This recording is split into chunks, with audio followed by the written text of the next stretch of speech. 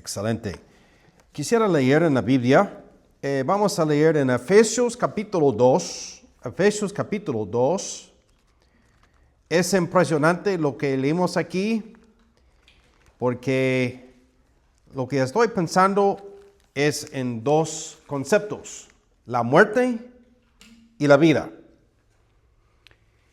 Y vamos a ver cómo el apóstol Pablo describe el estado de personas que viven físicamente en su estado antes de ser salvos. Antes de ser salvas. Efesios capítulo 2, versículo 1. Y el cambio en su vida.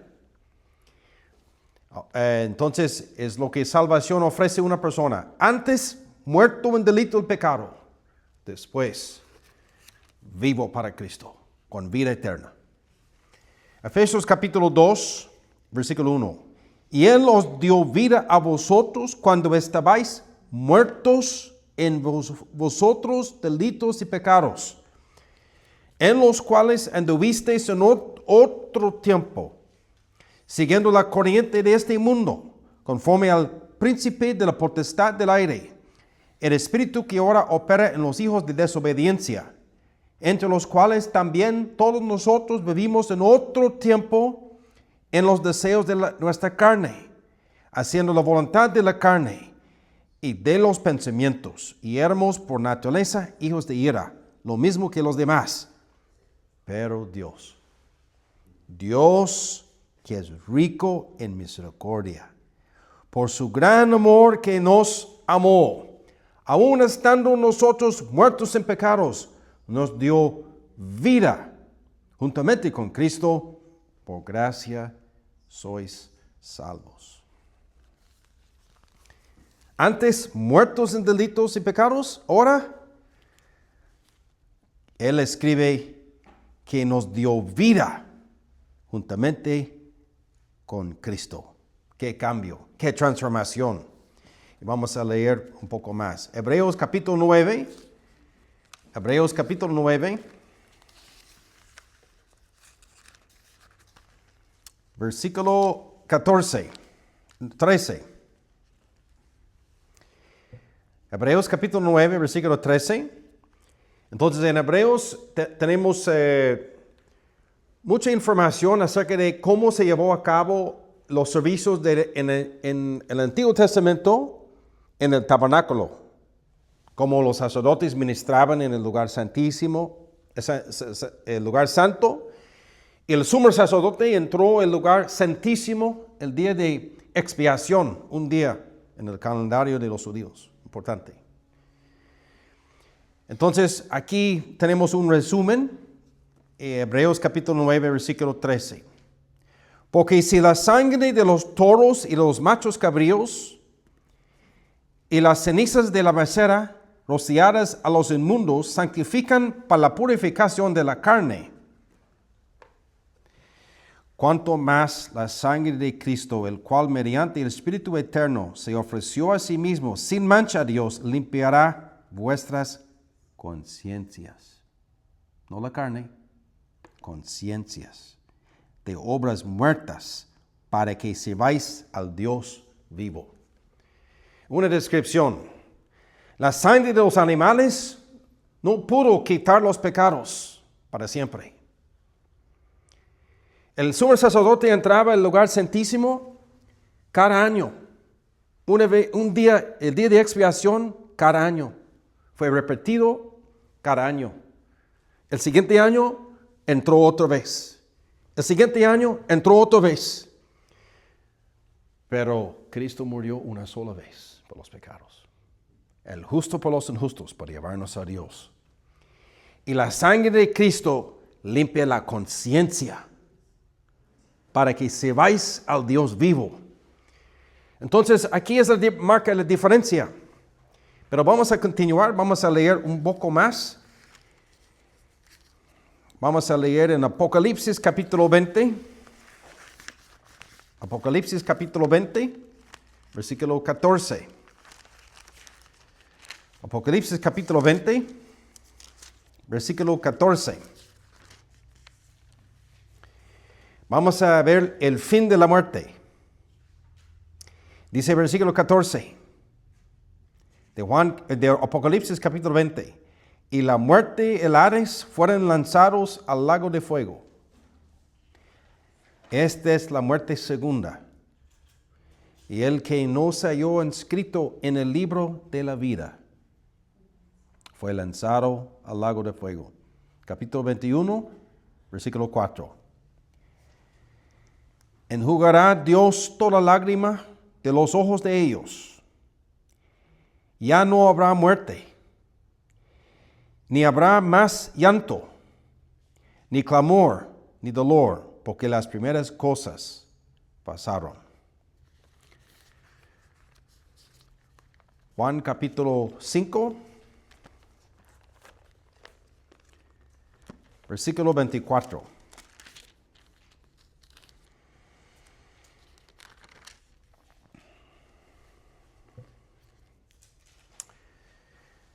Es el versículo que tengo en mi corazón. Palabras de Cristo. De cierto os digo, el que oye mi palabra y cree al que me envió, tiene vida eterna y no vendrá a condenación, mas ha pasado de muerte a vida. Que Dios bendiga su palabra. Uno tiene vida física o no la tiene. Está muerto o tiene vida. Uno es salvo o no lo es. Uno es sellado por el Espíritu Santo, Efesios 1:13, o uno no lo es. Uno no es medio salvo. Uno no está un pie en este camino espacioso y otro pie en el camino angosto.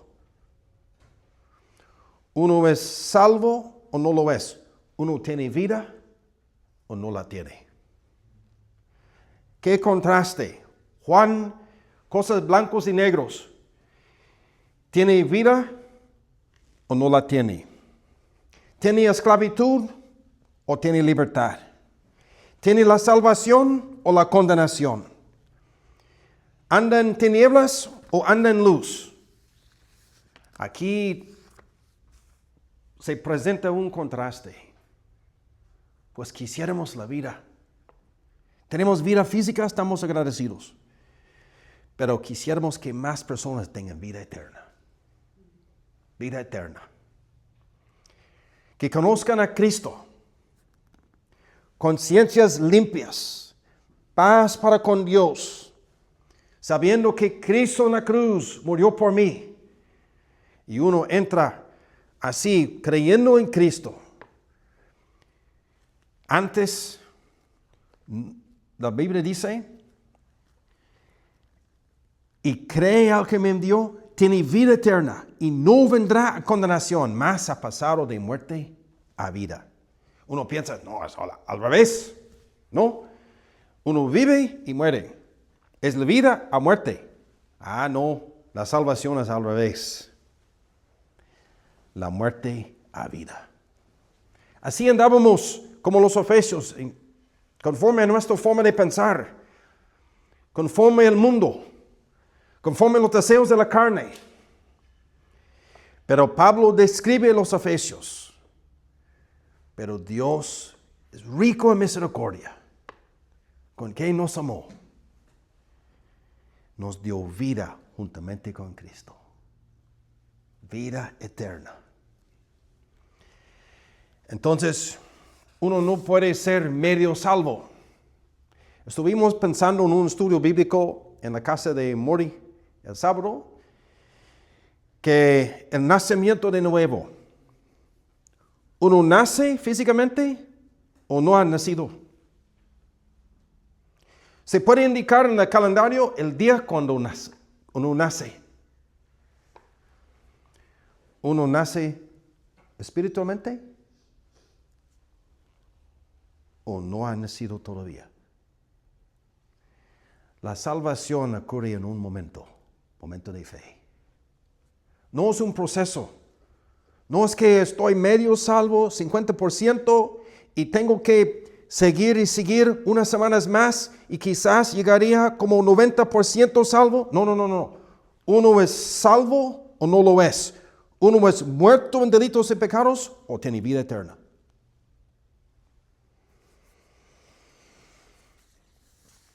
¿Qué condición las personas en Éfeso? Pablo les describe cómo vivían antes, en otro tiempo. Andaban conforme al corriente de este mundo, viviendo en los deseos de la carne.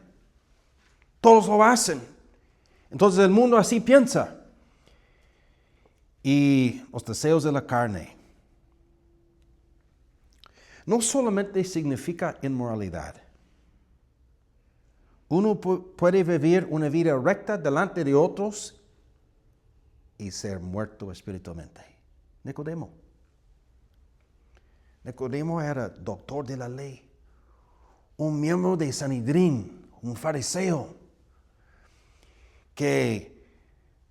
personas que lo veían en las calles de Jerusalén, 1000 respetos. Nicodemo, sí, ya entró a la tienda. Sí, Nicodemo, doctor de la ley, pues tiene bastante conocimiento, pero no era salvo. No era salvo. Fue a Jesús en la noche porque tenía esa curiosidad. Quizás miedo de lo que dirían los demás. Entonces fue en la noche para ver a Jesús. ¿Por qué? Jesús no es como los demás hombres. Hace milagros. Dios está con él. Y descubrió en su conversación. Jesús le dijo, es necesario nacer de nuevo, Nicodemo. Un nuevo comienzo. En otras palabras, de tener vida eterna. Porque naturalmente, ¿qué significa? Uno dice, pues yo tengo vida, yo atlético, yo juego en deportes y pues qué bueno, ejercicio es bueno. Pero ¿qué significa la muerte? Por Pablo describe los en Efesios que estaban muertos en delitos y pecados. ¿Por qué tanto así? Bueno, la Biblia nos dice, muerto significa la ausencia de vida, vida espiritual, la ausencia de vida eterna. Sin la capacidad de agradar a Dios. Describe a la persona sin el sello del Espíritu Santo, que solo puede practicar obras muertas. Es lo que leímos en Hebreos 9, versículo 14. Pero la sangre de Cristo nos limpia de obras muertas.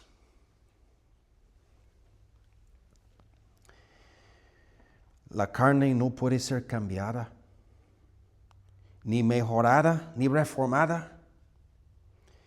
Los que viven según la carne, Romanos 8:8, no pueden agradar a Dios. El asunto es contaminación adentro. Uno necesita la vida eterna, una limpieza de la conciencia de las obras muertas. Gálatas capítulo 5 nos dice, y manifiestas son las obras de la carne. Pero Cristo en Marcos capítulo 7 nos dice, ¿de dónde viene el pecado? Marcos 7, versículo 21 a 23. Porque de dentro del corazón de los hombres salen los malos pensamientos, los adulterios, las fornicaciones, los homicidios, los hurtos, las avaricias, las maldades, el engaño, la lascivia, la envidia, la maldicencia, la soberbia, la insensatez. Todas esas maldades de dentro salen y contaminan al hombre. El pecado que le hace a una persona sentir libre, que puede hacer lo que le pegue la gana, es la misma que contamina al hombre.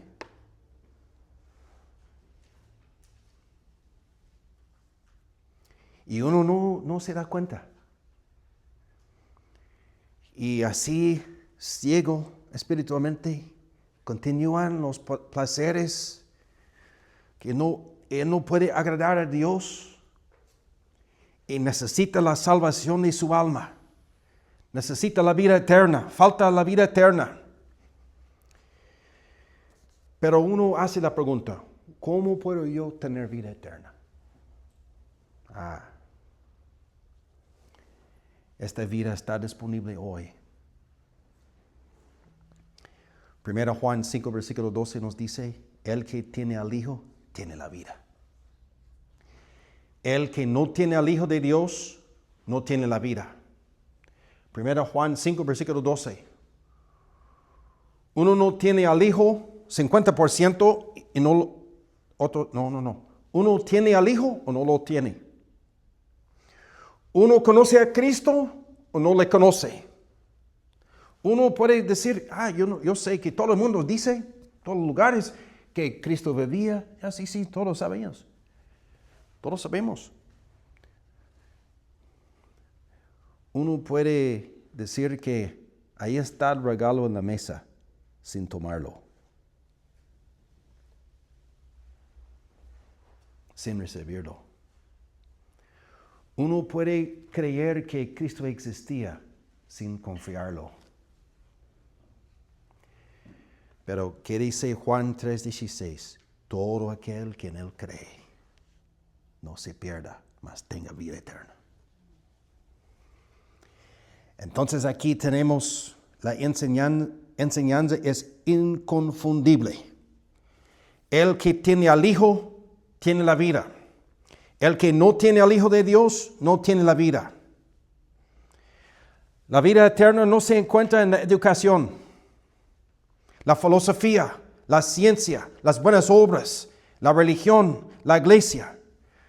Para tener esa vida, usted debe tener al Hijo Jesucristo.